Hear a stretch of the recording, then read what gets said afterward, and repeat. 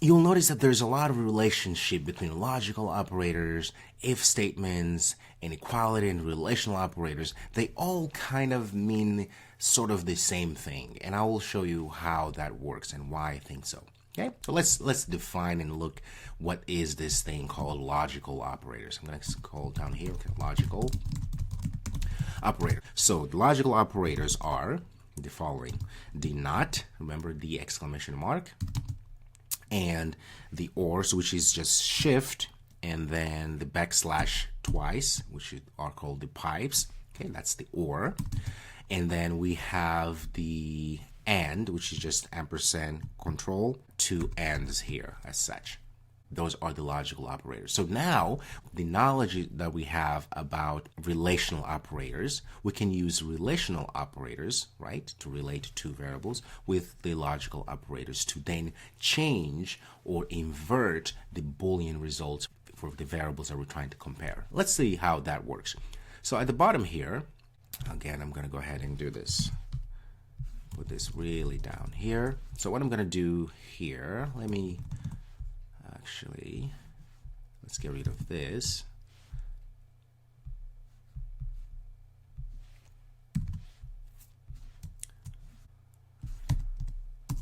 Okay, I'm going to just put all down this. I do this so that you have at least something to rely on if you need help or you're trying to figure out. All this code, you'll have access to it too.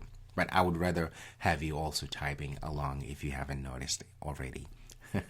All right, let's put an if statement here. I'm going to say if, okay, again, I have to put the actual expression. I'm going to say if number is not equal to 100, I've got something I want to print not 100. Okay, else print yes. Forgot the semicolon there. There we go.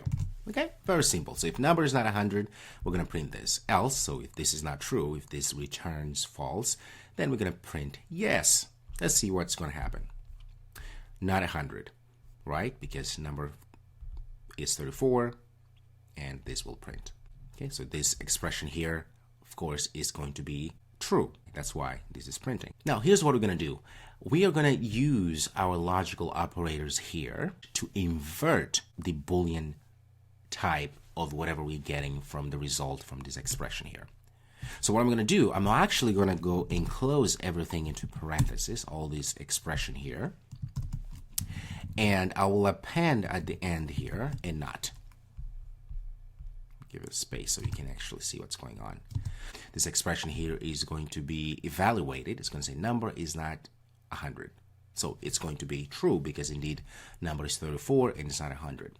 But then what's going to happen, because it's all in parentheses, we're going to say all the result we're getting this from this expression, we are going to negate it, invert it, right? So if it's this is true, now it's going to be false. Check this out. If I run this, look what's going to run. Yes. Because now we're saying, hey, whatever this is, if it's true, then it has to be false because we're saying not. We're inverting the result, the Boolean result that we get.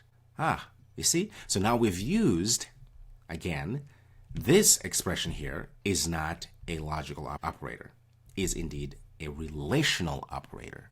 But by itself, now it becomes, as you see there, it becomes a logical operator.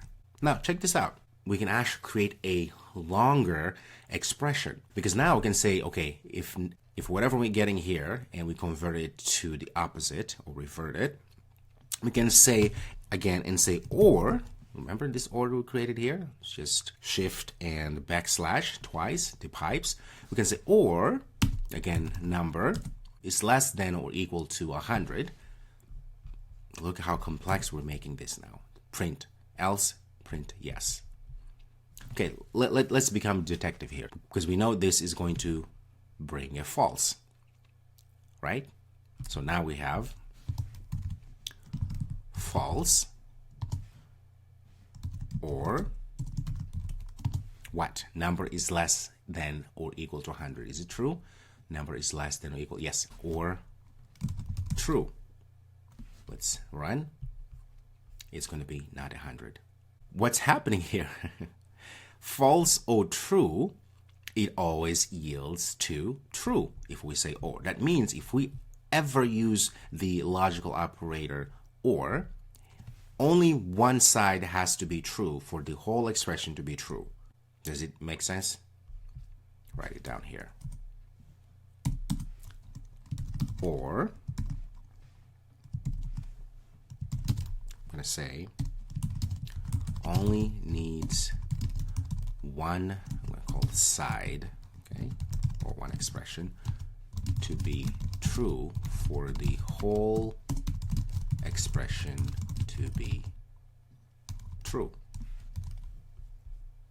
In order for an or expression to be false, both of them have to be false.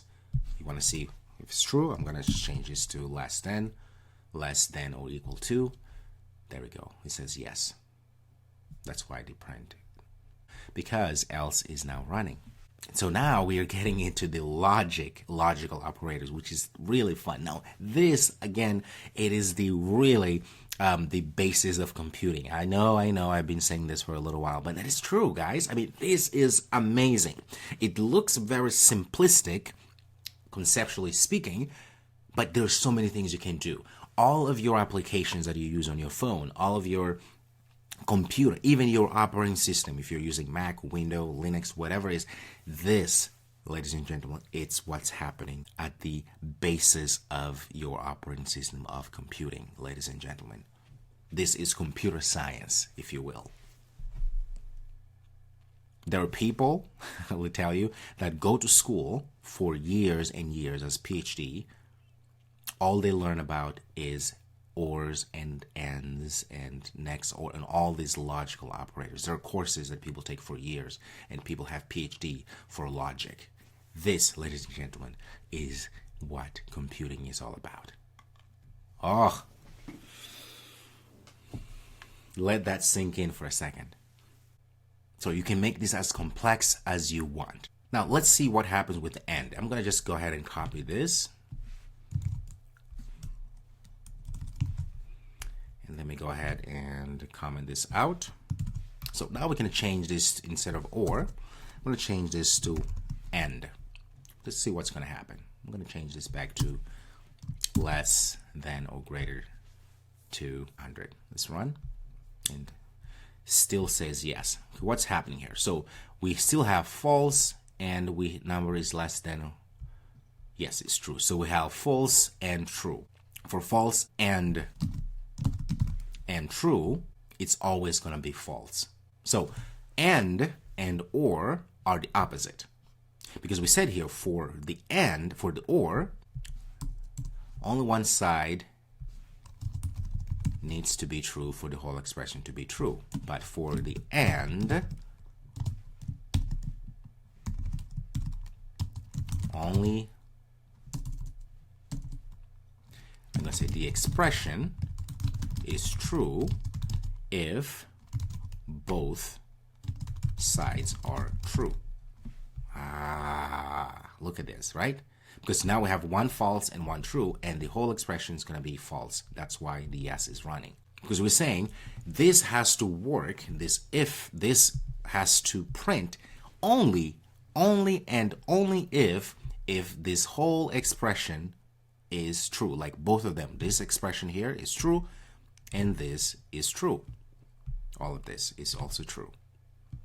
Only then is this going to be true, which means this expression inside the first inside if here statement is going to run. Otherwise, we have to run the else statement. And I do realize a lot of people don't talk about ands and ors and all this stuff because it's not something that you will perceive as something you're going to be using every day. But you see the importance of understanding exactly. Because think about it. If you are building a logic or for application or whatever you're building, right? And you really want to make sure that things actually flow the right they're supposed to flow. You can see by not understanding how to construct your relational operators and your logical operators right, you can get results that you don't want very easily.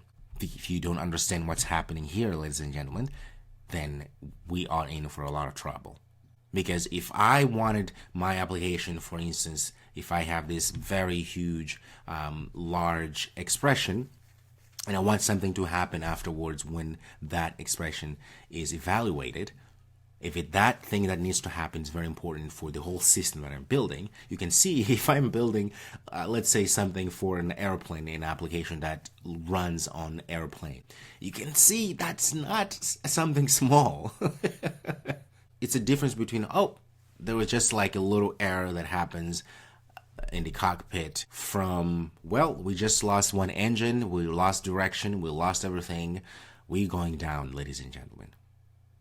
Okay, so please take, if this makes no sense, take the time to really try to understand what's happening here, right? It's not that hard, but at first it can be like, oh, I'm not quite understanding what's really going on here. So that's the reason why I have these notes here to guide you. It's going to really help you in your programming, especially if you're a beginner. Even if you have programmed before, this is something that most people, even the best programmers I've met, it's not, they understand it, but it's one of those things, it's too computer sciencey, if you will. But it's very important to understand.